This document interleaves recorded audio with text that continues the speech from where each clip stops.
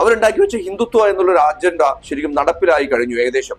നമ്മൾ നോക്കൂ, കേരളത്തിൽ മാത്രമാണ് ശരിക്കും ഇത്തരം ഒരു ഹൈപ്പ് ഉണ്ടാക്കിയിട്ട് പോലും ബി ജെ പിയെ ശക്തമായി എതിർക്കുന്ന ഒരു രാമക്ഷേത്ര നിർമ്മാണം ശരിക്കും ബി ജെ പിയുടെ തെരഞ്ഞെടുപ്പ് പട്ടികയിൽ അല്ലെങ്കിൽ പ്രസ്താവനയിൽ നടത്തിയ ഒരു സംഭവം സക്സസ് ആക്കി എന്ന് വേണം അവർക്ക് അവകാശപ്പെടും. അതിനപ്പുറത്തേക്ക് വേറെ വിഷയം എന്താ വെച്ചാൽ ഇത് എത്രയും പെട്ടെന്ന് ഈ മതം എന്ന് പറയുന്ന സാധനം ഭയങ്കര പോയിസണാണ്. ഇത് നമുക്ക് കാണാൻ കഴിയും. ഇപ്പൊ കേരളത്തിൽ തന്നെ പല ആളുകളും കാണാൻ കഴിയും. ബി ജെ പിയെ സപ്പോർട്ട് ചെയ്യുന്ന ഒത്തിരി പേരുണ്ട് ഇവിടെ. നമ്മൾ പ്രതീക്ഷിക്കാത്ത ഇപ്പൊ എന്റെയൊക്കെ സുഹൃത്തുക്കള്, ഞാൻ ഇത് പറയുമ്പോൾ ചർച്ചയിൽ പറയുമ്പോൾ നമ്മൾ യാഥാർത്ഥ്യങ്ങൾ കണ്ടുകൂടാത്തൊരു സംഭവം ചില ആളുകൾക്കുണ്ട്. യാഥാർത്ഥ്യങ്ങൾ പറയണം ശരിക്കും. ഇതാണ് യാഥാർത്ഥ്യം എന്ന് മനസ്സിലാക്കണം. എന്റെ കുറെ സുഹൃത്തുക്കള് ഞാൻ ബി ജെ പിയുടെ പല സംഭവങ്ങളെയും വിമർശിക്കുമ്പോൾ എന്നിൽ നിന്ന് അകന്നു പോയിട്ടുണ്ട്. ഞാൻ ഒരിക്കൽ പോലും പ്രതീക്ഷിക്കാത്ത, അതായത് കേരളത്തിൽ മാത്രം പറയണം, മനസ്സിലാക്കണം, കേരളത്തിലുള്ള ആളുകളാണ്. എന്റെ സുഹൃത്തുക്കളിൽ പല ആളുകളും എന്നിൽ നിന്ന് അകന്നു പോയിട്ടുണ്ട്. വല്ലാത്ത രീതിയിലേക്ക് ഇഷ്ടപ്പെട്ടിരുന്ന ആളുകൾ. അപ്പൊ ഞാൻ അവരോട് പറയുന്നത്, എന്റെ വാർത്തകൾ നിങ്ങൾ ശ്രദ്ധിക്കരുത്, ഞാൻ എന്താണെന്ന് ശ്രദ്ധിച്ചാൽ മതി. ഈ ബി ജെ പിയുടെ ഒരു പതനം എന്ന് പറയുന്ന സാധനം എപ്പോഴാണ് സംഭവിക്കുക എന്ന് പറയുമ്പോൾ ജനങ്ങളെ ബാധിക്കുന്ന ഒരു പ്രശ്നമായി നാളെ ഇത് വരുന്ന സ്ഥിതിയുണ്ട്. ഇതിപ്പോ ഹൈപ്പ് സ്റ്റേജാണ്. കഴിഞ്ഞ തവണ നമ്മൾ എന്താ വിചാരിച്ചത്? വമ്പിച്ച ഭൂരിപക്ഷത്തോടു കൂടി പ്രധാനമന്ത്രിയായി നരേന്ദ്രമോദി ഒഴിവാക്കി രാഹുൽ ഗാന്ധി വരുമെന്നുള്ളതാണ്. ഇടതുപക്ഷം വരെ വിചാരിച്ചത് എന്താണ്? കഴിഞ്ഞ തവണ വയനാട്ടിൽ സപ്പോർട്ട് കൊടുത്തത് എന്താണ്? പ്രധാനമന്ത്രിയായി വരും. അതേ സ്ഥിതി തന്നെയാണ് ഇന്നുള്ളത്. ഉത്തർപ്രദേശിൽ മറ്റുള്ള ആളുകൾ, ചില ആളുകൾ പറയും അവർക്ക് മൃഗങ്ങളാണ് അല്ലെങ്കിൽ മാടുകളാണ്, പോത്തുകളാന്നൊക്കെ പറയും. അതായത് അവർക്ക് തിരിച്ചു ആക്രമിക്കാൻ യാതൊരുവിധം ഭയം ഉണ്ടാവില്ല. കാര്യം ശ്രീലങ്ക പോലെ അത്തരം രീതിയിലേക്ക് വളഞ്ഞിട്ട് ആക്രമിക്കുന്ന രീതിയിലേക്ക് എന്ത് ചെയ്യും? തിരിച്ച് ബി ജെ പിക്ക് പണി കിട്ടുന്ന ഒരു കാലം വരും. അത് 100% ഉറപ്പാണ്. ഈ വീഡിയോ മുഴുവനായി കണ്ട് തെറി പറയുക. കാര്യം കുറച്ചു കണ്ട് അല്ലെ തമ്പനയിൽ കണ്ട് തെറി പറയുന്ന അവസ്ഥ നിർത്തുക.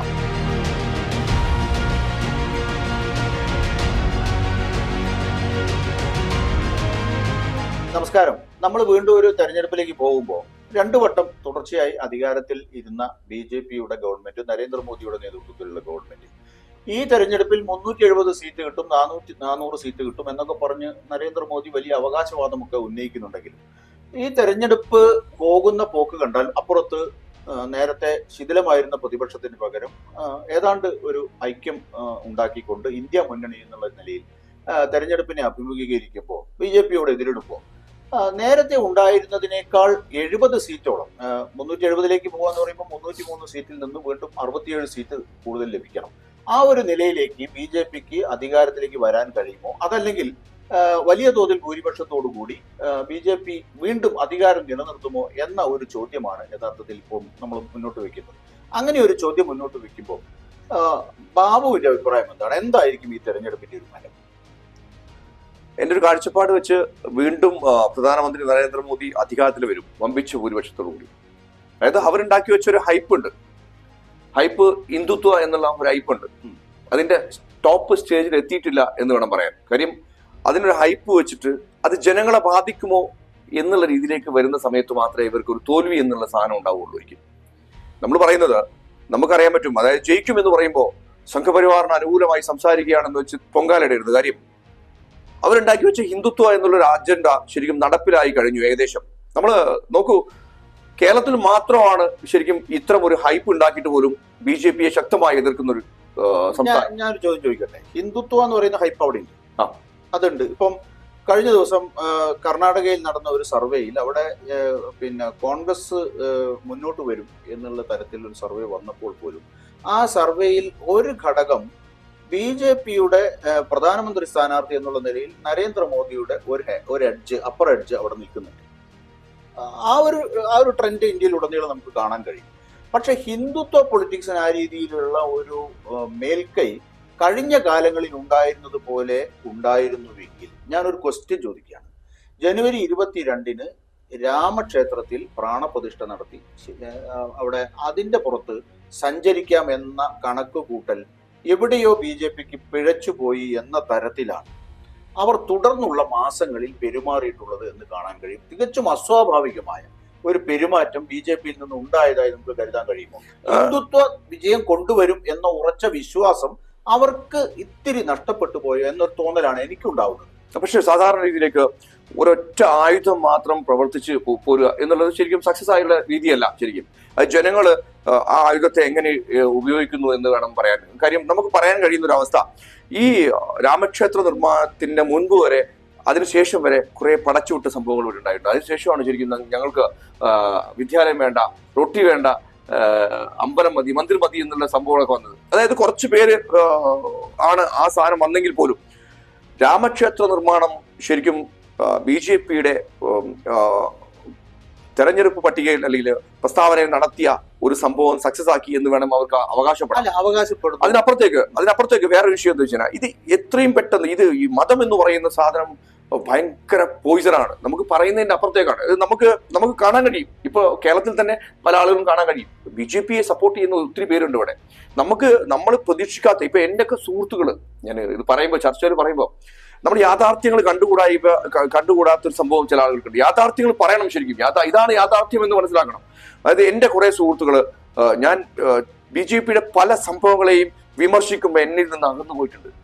ഞാൻ ഒരിക്കൽ പോലും പ്രതീക്ഷിക്കാത്ത, അതായത് കേരളത്തിൽ മാത്രം പറയണം, മനസ്സിലാക്കണം, കേരളത്തിലുള്ള ആളുകളാണ് എന്റെ സുഹൃത്തുക്കളിൽ പല ആളുകളും എന്നിൽ നിന്ന് അകന്നു പോയിട്ടുണ്ട്. വല്ലാത്ത രീതിയിലേക്ക് ഇഷ്ടപ്പെട്ടിരുന്ന ആളുകൾ. അപ്പൊ ഞാൻ അവരോട് പറയുന്നത് എന്റെ വാർത്തകൾ നിങ്ങൾ ശ്രദ്ധിക്കരുത്, ഞാൻ എന്താണെന്ന് ശ്രദ്ധിച്ചാൽ മതി. പക്ഷെ അവരത് വർഗീയമായിട്ട് കാണുന്ന, അല്ലെങ്കിൽ നിങ്ങൾ എന്തുകൊണ്ടാണ് നരേന്ദ്രമോദിയെ വിമർശിക്കുന്നത് എന്ന് പറയുന്ന ആളുകളിലേക്ക് എത്തിയിട്ടുണ്ട്. എന്നെ അത് വല്ലാതെ പ്രവർത്തകർ എന്നുള്ള നിലയിൽ നമുക്ക് പിന്നെ ചില കാര്യങ്ങൾ യാഥാർത്ഥ്യത്തോടു കൂടി പ്രതികരിക്കാതെ നമുക്ക് മുന്നോട്ട്. അല്ല, ഞാൻ അവരോട് അതാണ് പറയുന്നത്. ഞാൻ എന്റെ പണിയെടുക്കുന്നു, നിങ്ങളെ പണിയെടുക്കുക, ഞാൻ എന്താണെന്ന് നിങ്ങൾ നോക്കിയാൽ മതി, അത് മാത്രം മതി. പക്ഷേ ഈ നരേന്ദ്രമോദി വീണ്ടും അധികാരത്തിൽ വരും എന്ന് പറയുമ്പോൾ അതൊരു സംഘപരിവാർ അനുകൂലമായ വാർത്തയായിട്ട് ചിത്രീകരിക്കുന്ന ആളുകളോട് എനിക്ക് പറയാനുള്ളത്, തീർച്ചയായും യാഥാർത്ഥ്യങ്ങളെ അങ്ങനെ തന്നെ കാണേണ്ടി വരും. കാര്യം നമ്മളുടെ കേരളത്തിൽ തന്നെ ഏറ്റവും കൂടുതൽ BJPയെ എതിർക്കുന്ന ഒരു സംസ്ഥാനമാണ് കേരളം. അതുകൊണ്ട് തന്നെ BJPയെ ആക്രമിക്കാൻ വേണ്ടി, അല്ലെങ്കിൽ അങ്ങനെ വേണം പറയാം, BJPയെ ഒതുക്കാൻ വേണ്ടി കോൺഗ്രസും ഇടതുപക്ഷവും ഒറ്റക്കെട്ടായ പല ചരിത്രങ്ങളും നമ്മുടെ മുന്നിലുണ്ട്. മറ്റു പല പാർട്ടികളും, അതായത് ഒളിഞ്ഞു കിടക്കുന്ന പാർട്ടികളൊക്കെ BJP നിൽക്കുന്ന സ്ഥലത്ത് BJPയെ തോൽപ്പിക്കാൻ, അതായത് ഇവിടെ മതസൗഹാർദ്ദം വേണം, മറ്റുള്ള രീതിയിലേക്കൊക്കെ വേണം എന്ന് ചിന്തിക്കുന്ന ആളാണ്. നോക്കൂ, നമ്മളുടെ പല സ്ഥലങ്ങളിലും പല സിഗ്നലുകളിലും പല അതായത് നമ്മളുടെ നാട്ടിൽ, നമ്മളെ കേരളത്തില് ഒരാൾ പോലും ധരിക്കാൻ ഇഷ്ടപ്പെടാത്ത വൃത്തിഹീനമായ ഡ്രസ്സുകൾ തയ്ച്ച് രാജസ്ഥാൻ, ഉത്തർപ്രദേശ്, മധ്യപ്രദേശ് ഇവിടെയുള്ള ആളുകളൊക്കെ നമ്മൾ കാണാറുണ്ട് അല്ലെ. അത്രത്തോളം വളരെ പരാജയമാണ് ശരിക്കും അവരുടെ ഒരു ജീവിതം. അപ്പൊ ഞാൻ പറയുന്നത്, ഈ ജനങ്ങള് കാലാകാലങ്ങളിൽ നമ്മൾ പ്രശ്നങ്ങൾ ഉണ്ടായിട്ടുണ്ട്, പക്ഷെ ജീവിക്കാൻ കഴിയാത്ത ഐറ്റംസിലേക്ക് കുറച്ച് ഈ സമയങ്ങളായിട്ട് പോയിട്ടുണ്ട്. ഈ BJPയുടെ ഒരു പതനം എന്ന് പറയുന്ന സാധനം എപ്പോഴാണ് സംഭവിക്കുക എന്ന് പറയുമ്പോൾ, ജനങ്ങളെ ബാധിക്കുന്ന ഒരു പ്രശ്നമായി നാളെ ഇത് വരുന്ന സ്ഥിതിയുണ്ട്. ഇതിപ്പോ ഹൈപ്പ് സ്റ്റേജാണ്. ഈ ഹൈപ്പ് സ്റ്റേജിലാണ് ഈ ഇത്തരം രീതിയിലേക്കുള്ള എന്താണ് പറയാ, രാമക്ഷേത്രം, മറ്റുള്ള സംഭവങ്ങളൊക്കെ ഈ മതം കുറച്ച് സമയം മാത്രമേ വിൽക്കാൻ കഴിയുള്ളൂ. ഞാൻ പറയുന്നത് അതിനപ്പുറത്തേക്ക് അത് ഓപ്പോസിറ്റ് ആയിട്ട് തിരിച്ചു വരും. കാര്യം മതം എന്ന് പറയുന്നത് ഭയങ്കര പോയിന്റ്. ശരിയാണ്. ആ രീതിയിലാണ് അവർ 10 വർഷമായി അധികാരത്തിൽ ഇരിക്കുന്നത്. ആ കാര്യത്തിലൊന്നും തർക്കമൊന്നുമില്ല. ഞാൻ നേരത്തെ പറഞ്ഞതിന് പൂരകമായിട്ട് പറയുകയാണ്, അതിനോട് ചേർത്ത് വെക്കുകയാണെങ്കിൽ, ഈ പറയുന്ന ജനുവരി 22-ന് ശേഷം BJPയുടെ യാത്രയെ നിങ്ങളൊന്ന് സൂക്ഷ്മമായിട്ട് വരിക. അവർക്ക് രാമക്ഷേത്രമോ അത്തരത്തിൽ അവർ പറഞ്ഞ സംഭവങ്ങളോ, അതിന്റെ പുറത്ത് രാജ്യമാസകലം നടത്തുന്ന ടൂറ്, പിൽഗ്രിമേജ് എന്നുള്ള രീതിയിൽ അതൊക്കെ അവർ കണ്ടക്ട് ചെയ്തിട്ടുണ്ടെങ്കിൽ അതൊന്നും എവിടെയും ക്ലച്ച് പിടിച്ചില്ല എന്ന തോന്നൽ അവർക്കുണ്ടായിട്ടുണ്ട്. എന്റെ റീഡിംഗ് ആണ്, അവർക്കുണ്ടായിട്ടുണ്ട്. അതുകൊണ്ടാണ് അവർ വീണ്ടും 4 വർഷത്തിലധികമായി ഫ്രീസറിൽ സൂക്ഷിച്ച CAA നിയമത്തിന് ചട്ടങ്ങൾ ഉണ്ടാക്കിക്കൊണ്ട്, പോർട്ടൽ ഉണ്ടാക്കിക്കൊണ്ട് രംഗത്ത് വന്നത്. പക്ഷേ നിങ്ങൾ എടുത്തു നോക്കൂ, വളരെ വൈസായി ഇതുവരെ ഈ കോൺഗ്രസ് ഉൾപ്പെടെയുള്ള ഇന്ത്യ സഖ്യത്തിലെ അല്ലെങ്കിൽ പ്രതിപക്ഷ രാഷ്ട്രീയ കക്ഷികൾ പെരുമാറിയതിൽ നിന്ന് ഒരല്പം വ്യത്യസ്തമായി അവരിട്ട ചൂണ്ടയിൽ ഞങ്ങൾ കൊത്തില്ല എന്ന തീരുമാനത്തിന്റെ അടിസ്ഥാനത്തിൽ അവർ അതിനെ നിയമപരമായി നേരിടുന്നതിന് വേണ്ടി തെരുവിൽ ഞങ്ങൾ നേരിടുന്നില്ല എന്ന ഒരു സ്ഥിതിയിലേക്ക് പോയപ്പോൾ അതും ചീറ്റിപ്പോയി എന്ന് BJP മനസ്സിലാക്കിയാണ്. നമ്മൾ വളരെ ബുദ്ധിപൂർവമാണ് ഇപ്പോൾ പ്രതിപക്ഷം ഈ രാജ്യത്ത് പ്രവർത്തിക്കുന്നത് എന്നാണ് എൻ്റെ റീഡിംഗ്. നേരെ മറിച്ച് അവരിട്ടിരുന്ന ആ ഒരു ചൂണ്ടയിൽ കൊത്തി തെരുവുകൾ സമര കലുഷിതമാക്കി മാറ്റിയിരുന്നുവെങ്കിൽ ദേ വിൽ വിൻ. അവർക്കതിൽ നിന്ന് നേട്ടമുണ്ടാക്കാൻ കഴിയുമായിരുന്നു. പക്ഷെ BJPക്ക് അതിന് കഴിയാത്ത ഒരു സ്ഥിതിയാണ് ഇപ്പോൾ രാജ്യത്തുള്ളത്. അവിടെയും വിചാരിച്ച പോലെ ക്ലച്ച് പിടിച്ചില്ല എന്ന് കണ്ടപ്പോൾ അവർ നേരെ കടക്കുന്നത് പിന്നെ വേട്ട നായ്ക്കളെ പോലെ EDയെ, ITയെ, കോൺഗ്രസ് പാർട്ടിയുടെ ഫണ്ട്, അല്ല അതൊക്കെ ഒരു വശം നിൽക്കുമ്പോഴും ഞാനൊരു ചെറിയ ചോദ്യം ചോദിക്കട്ടെ. കഴിഞ്ഞ തവണ ഗ്യാസിന്റെ വിലക്ക് നല്ല രീതിയിൽ ചർച്ച ചെയ്താണല്ലോ. അതൊന്നുമല്ല ഞാൻ പറയുന്നത്. കഴിഞ്ഞ തവണ നമ്മൾ എന്താ വിചാരിച്ചേ, വമ്പിച്ച ഭൂരിപക്ഷത്തോടു കൂടി പ്രധാനമന്ത്രിയായി നരേന്ദ്രമോദി ഒഴിവാക്കി രാഹുൽ ഗാന്ധി വരുമെന്നുള്ളതാണ്. ഇടതുപക്ഷം വരെ വിചാരിച്ചത് എന്താണ്? കഴിഞ്ഞ തവണ വയനാട്ടിൽ സപ്പോർട്ട് കൊടുത്തത് എന്താണ്? പ്രധാനമന്ത്രിയായി വരും. അതേ സ്ഥിതി തന്നെയാണ് ഇന്നുള്ളത്. അതായത് ജനങ്ങൾക്ക് വിലക്കയറ്റം ചർച്ച ചെയ്യേണ്ട, ജനങ്ങൾക്ക് ഗ്യാസിന്റെ വിലയോ മറ്റുള്ള സംഭവങ്ങളോ ചർച്ച ചെയ്യേണ്ട, പെട്രോൾ വിലയാവട്ടെ മറ്റുള്ള വിലക്കയറ്റം എന്ന് പറയുമ്പോൾ എല്ലാം ജനങ്ങൾക്ക് ഭക്തി മാത്രം ചർച്ച ചെയ്താൽ മതി എന്നുള്ള കാലത്തിൽ തന്നെയാണ് ഇപ്പോൾ നിൽക്കുന്നത്. ഏത് ലഹരിയാണെങ്കിലും അതിനൊരു കയറ്റം തീർച്ചയായും അവിടെയാണ് ഞാൻ പറയുന്നത്. ആ ലഹരി ഇന്ത്യയുടെ തലച്ചോറിലേക്ക് കയറ്റിവിട്ട വർഗീയത എന്ന് പറയുന്ന മതരാഷ്ട്രീയത്തിന്റെ ആ ലഹരി അത് ഇറങ്ങാറായിട്ടില്ല, അത് ഇറങ്ങിക്കൊണ്ടിരിക്കുക, ഇപ്പോഴും ഇറങ്ങാറായിട്ടില്ല എന്ന് ഞാൻ പറയുന്നത്. അതിനൊരു ഹൈപ്പ് സ്റ്റേജ് ഉണ്ട്. ആ ഹൈപ്പ് സ്റ്റേജിലെ ആ സംഭവം ഇവർക്ക് പതനം സംഭവിക്കുള്ളൂ. കാരണം ഈ നമ്മൾ എപ്പോഴും പറയുന്ന ഒരു സംഭവമുണ്ട്. അതായത് ഉത്തർപ്രദേശ്, മധ്യപ്രദേശ്, അതുപോലെ തന്നെ എന്താണ് പറയാ രാജസ്ഥാൻ, ഇവിടെയുള്ള ആളുകൾക്കൊക്കെ അത് വളരെ എടുത്തു പറയേണ്ട വിഷയം. അവിടെയുള്ള ആളുകൾക്ക് ബുദ്ധി കുറവാണ് എന്ന് പറയുന്നുണ്ട്. ഇപ്പൊ സാധാരണ വിനോദനോട് ചെറിയ ചോദിച്ചു, വിനോദൻ ഒരു പോലീസുകാരനെ കയറി അടിക്കൂ? അടിച്ച വിവരം അറിയും. എന്തുകൊണ്ടാ? അത് നിങ്ങൾക്ക് ആ അടിച്ച വിവരം അറിയും എന്നുള്ള സംഭവം നിങ്ങളുടെ അറിവിൽ നിന്ന് കിട്ടിയ സാധനം. ഇവർക്ക് ആ അറിവില്ല. അതായത് നമ്മൾ പറയുന്നത് നമ്മൾ വളരെ ക്ലിയർ ആയിട്ട് ഇപ്പൊ ഒരു മിനിസ്റ്റർ എന്ത് ചെയ്യണം, അല്ലെങ്കിൽ ഒരു പോലീസുകാരൻ എന്ത് ചെയ്യണം, ഒരു സർക്കാർ ഉദ്യോഗസ്ഥ തൊട്ടാൻ എന്താണ് വില എന്ന് നമുക്ക് കറക്റ്റ് വളരെ ക്ലിയർ ആയിട്ട് മനസ്സിലാക്കും. പക്ഷെ ഇത്രയും ഈ ഉത്തർപ്രദേശ്, മധ്യപ്രദേശ്, ഈ രാജസ്ഥാൻ പോലുള്ള സ്ഥലങ്ങളിൽ വിവരമില്ലാത്ത ആളുകളാണ് ഇവരുടെ അണികൾ ഏറ്റവും കൂടുതൽ. ഇപ്പൊ നോക്കൂ, ഞാനൊരു ചെറിയ കാര്യം പറയാം. നമ്മളുടെ കേരളത്തിൽ നോക്കട്ടെ, കേരളത്തിൽ BJP ജയിക്കുമെന്ന് വമ്പിച്ച ഭൂരിപക്ഷത്തിൽ 10,000 വോട്ടിന് 20,000 വോട്ടിന് ജയിക്കുമെന്ന് പറയുന്ന ആരാ? സാധാരണക്കാരായ വിവരമില്ലാത്ത, അല്ലെങ്കിൽ നമ്മളങ്ങനെ പറയുമ്പോൾ അതിനെ ഞാൻ ഒരു ഖണ്ഡിക്കാൻ വേണ്ടി ഒരു വാദം ഉന്നയിക്കല്ല. പക്ഷേ 1977 ഈ പറയുന്ന തരത്തിൽ അടിയന്തരാവസ്ഥ നടപ്പാക്കിയതിന് ശേഷം നടന്ന തെരഞ്ഞെടുപ്പിൽ ബാബു സൂചിപ്പിച്ച ഈ വടക്കേ ഇന്ത്യയിലെ വിവരമില്ലാത്ത ജനങ്ങളാണ് ഇന്ദിരാഗാന്ധിയെ പരാജയപ്പെടുന്നത്. തീർച്ചയായും. അതേസമയം ഇതേ പ്രബുദ്ധമാണ് എന്ന് അവകാശപ്പെടുന്ന കേരളത്തിൽ 111 സീറ്റ് കൊടുത്ത് ഐക്യജനാധിപത്യ മുന്നണി അധികാരത്തിൽ. ഞാൻ വേറെ കാര്യം പാർലമെന്റ് സീറ്റ് ഞാൻ പറയട്ടെ. ഞാൻ അതിലേക്കാണ് ചർച്ച വന്നത്. അതായത് നമ്മളെപ്പോഴും, ഞാനിപ്പോ പോലീസുകാരനെ താങ്കൾ ആക്രമിക്കൂ എന്ന് ചോദിച്ചപ്പോ ഇല്ല എന്ന് പറഞ്ഞു. അത് ശരിക്കും അറിവിന്റെ അടിസ്ഥാനത്തിലാണ്. അതായത് ജനങ്ങൾ പൊറുതി മുട്ടിയിരിക്കുന്ന സമയത്താണ് താങ്കളും ഞാനും അടക്കം ചർച്ച ചെയ്യപ്പെടുന്ന ഈ ഭീഷണിപ്പെടുത്തൽ. താങ്കൾ പറഞ്ഞു ED മറ്റുള്ള ഭീഷണിപ്പെടുത്തൽ. അതുപോലെ തന്നെ മനുഷ്യന് എപ്പോഴും സെക്യൂർഡ് എന്നുള്ള ലെവലിലേക്ക് എപ്പോഴും മാറിക്കളയും. അല്ല, ഞാൻ പറഞ്ഞു വന്നത് എന്താന്ന് വെച്ചാൽ, ഈ പറയുന്ന അവർ മുന്നോട്ട് കൊണ്ടുപോയ ട്രാക്ക് മതരാഷ്ട്രീയം മാത്രം. ബാബു പറഞ്ഞതിന്റെ അടിസ്ഥാനത്തിൽ മതരാഷ്ട്രീയം മുന്നോട്ട് വെച്ചാൽ അത് തലയ്ക്ക് കയറി അവർക്ക് അധികാരം ലഭിക്കും, അതിലൂടെ അവർ അധികാരം തുടർച്ച ഉണ്ടാക്കുന്നതാണല്ലോ ഹിന്ദുരാജ്യം എന്നുള്ള കോൺസെപ്റ്റാണ് ഞാൻ പറയുന്നത്. അതവിടെ ഒരു ഭാഗത്ത് നിൽക്കുമ്പോഴും ഞാൻ പറയുന്നത് അത് മാത്രം പോരാ എന്ന് ആര് തിരിച്ചറിയുന്നു, അത് മാത്രം കൊണ്ട് ഇവർ ഈ പറയുന്ന തരത്തിൽ അതാണ് ഞാൻ പറഞ്ഞു വന്നത്. അതായത് അത് മാത്രം പോരാ എന്നുള്ളൊരു കാലം വരും എന്തായാലും. അതായത് ഈ തെരഞ്ഞെടുപ്പിൽ വരാൻ ഇല്ല. എന്റെ ഒരു കാഴ്ചപ്പാട് വെച്ച് ഈ ഒരു തെരഞ്ഞെടുപ്പിൽ കുറച്ച് വന്നിരിക്കുന്നു എന്ന് വേണേൽ അവകാശപ്പെടാം. അതിനപ്പുറത്തേക്കോ മുഴുവനായി വന്നു എന്ന് പറയുന്നത്. അതായത് ഞാൻ ഈ ചോദ്യം ചോദിച്ചത് വീണ്ടും വിനോദ് സാറിനോട് ഒന്നുകൂടെ ഞാൻ റിക്വസ്റ്റ് ചെയ്യണം. അതായത് പോലീസുകാരനെ ആക്രമിക്കുമോ എന്ന് ചോദിച്ചപ്പോൾ അത് വീണ്ടും ആവർത്തിക്കുകയാണ് പ്രേക്ഷകർക്ക്. അത് ഞാൻ മുഴുമിച്ച മാത്രമാണ് ശരിക്കും എന്താണ് അതിന്റെ കോൺസെപ്റ്റ് എന്ന് മനസ്സിലാവുള്ളൂ. പോലീസുകാരനെ ആക്രമിച്ചോ ഇല്ല എന്ന് പറഞ്ഞു. അതായത് മറ്റു സ്ഥലങ്ങളിലൊക്കെ പോലീസുകാരെ ഓടിച്ചിട്ട് തള്ളാൻ മടിയില്ലാത്ത ആളുകളാണ്. അതായത് തീർച്ചയായും. അപ്പൊ അതായത് ഈ ഭരണം ശരിക്കും ഇത്രയും മോശമായ രീതിയിലേക്ക് പോകുമെന്ന് നമ്മൾ അവകാശപ്പെടുമ്പോഴും അവിടെ ജയ് ശ്രീറാം വിളിച്ചും ജയ് ഹനുമാൻ വിളിച്ചും അല്ലെങ്കിൽ വന്ദേ മാതരം വിളിച്ചും ഭാരത് മാത എന്നൊക്കെ വിളിച്ച് ഒരു കൂട്ടം ആളുകൾ ക്രിയേറ്റ് ചെയ്യപ്പെട്ടിട്ടുണ്ട് എന്നുള്ള സത്യമാണ്.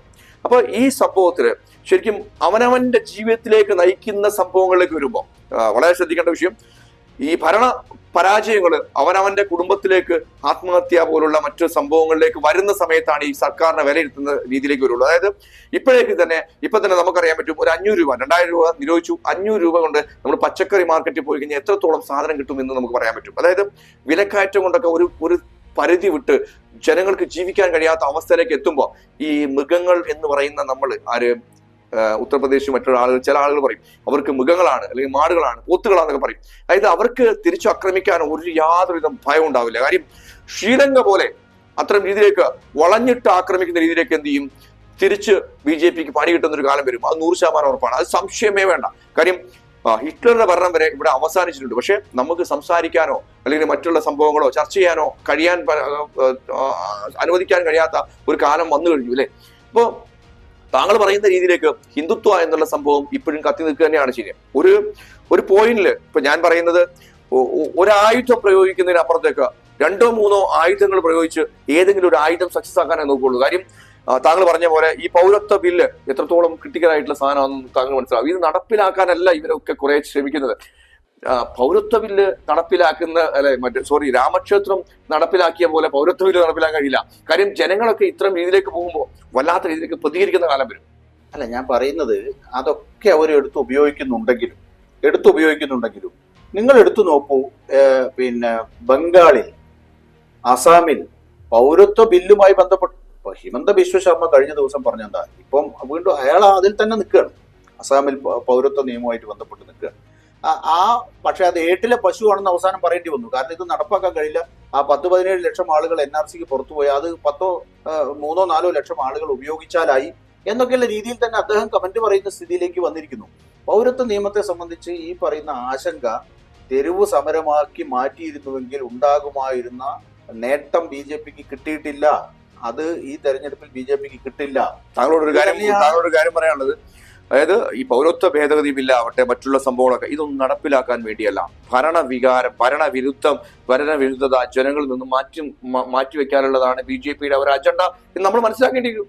അല്ല, അത് തീർച്ചയായും അത് മുന്നിൽ കണ്ടുകൊണ്ടാണ് അതിൽ കടിക്കാതെ അല്ലെങ്കിൽ അതിന് പിടികൊടുക്കാതെ ഇന്ത്യ സഖ്യം കോൺഗ്രസിന്റെ നേതൃത്വത്തിൽ ഒക്കെ ഉള്ള പ്രചാരണങ്ങളിലെല്ലാം ജനങ്ങളുമായി ബന്ധപ്പെട്ട വിഷയങ്ങൾ, ജനങ്ങളുടെ അടിസ്ഥാന ജീവിത പ്രയാസങ്ങളെ കുറിച്ചുള്ള ചർച്ച വളർത്തിയെടുക്കുന്നതിന് ശ്രമം നടക്കുന്നത്. പക്ഷേ ദൗർഭാഗ്യകരമെന്ന് പറയട്ടെ, നമ്മുടെ മുഖ്യധാര മാധ്യമങ്ങൾ എല്ലാം കോർപ്പറേറ്റ് മേധാവിത്വത്തിലുള്ള എല്ലാ മാധ്യമങ്ങളും BJPയുടെ അവരുടെ വാഴ്ത്തുപാട്ടുകാരായി നിൽക്കുന്നതാണ് യഥാർത്ഥത്തിൽ മാധ്യമ പ്രവർത്തന രംഗത്ത് വന്ന വലിയ അപജയമാണ് ഇന്ന് ഇന്ത്യ നേരിടുന്ന ഏറ്റവും പ്രധാനപ്പെട്ട വിഷയം. അതുകൊണ്ട് തന്നെ ബാബു നേരത്തെ സൂചിപ്പിച്ചതുപോലെ ജീവൽ പ്രശ്നങ്ങൾ ചർച്ച ചെയ്യുന്ന, അതിന് പ്രാധാന്യം കൊടുക്കുന്ന ഒരു സമൂഹമായി ഇന്ത്യയിലെ സാധാരണ ജനങ്ങൾ മാറുമ്പോൾ തീർച്ചയായും നിങ്ങൾ എന്ത് വർഗീയ വിഷം കൊടുത്തിട്ടും അതിന് കാര്യമില്ലാത്തൊരവസ്ഥ വരും. അപ്പോ അവിടേക്ക് എത്തണമെങ്കിൽ മാധ്യമങ്ങൾ ഒന്നുകൂടി സ്വാതന്ത്ര്യത്തോടു കൂടി അവരുടെ അഭിപ്രായങ്ങൾ രേഖപ്പെടുത്തുന്ന രംഗത്ത് വരേണ്ടതുണ്ട് എന്നാണ് ഇതിൽ മാധ്യമങ്ങൾ ഒരു കാരണവശാലും ഇനിയുള്ള സത്യങ്ങൾ വിളിച്ചു പറയുന്ന കാലം കഴിഞ്ഞു എന്നാണ് പറയുന്നത്. അതായത് പണം കൊടുത്ത് വാങ്ങുന്ന മാധ്യമങ്ങളായി പോയി. സത്യാനന്തര കാലം എന്നൊക്കെ പറയാറുണ്ട്. തീർച്ചയായും ഈ വീഡിയോ മുഴുവനായി കണ്ട് തെറി പറയുക. കാര്യം കുറച്ചു കണ്ട് അല്ലെ തമ്പനയിൽ കണ്ട് തെറി പറയുന്ന അവസ്ഥ നിർത്തുക. കാര്യം ഇത് വലിയ രീതിയിലേക്ക് ചർച്ച ചെയ്യപ്പെടേണ്ട ഒരു കാര്യം തന്നെയാണ്. നന്ദി, നമസ്കാരം.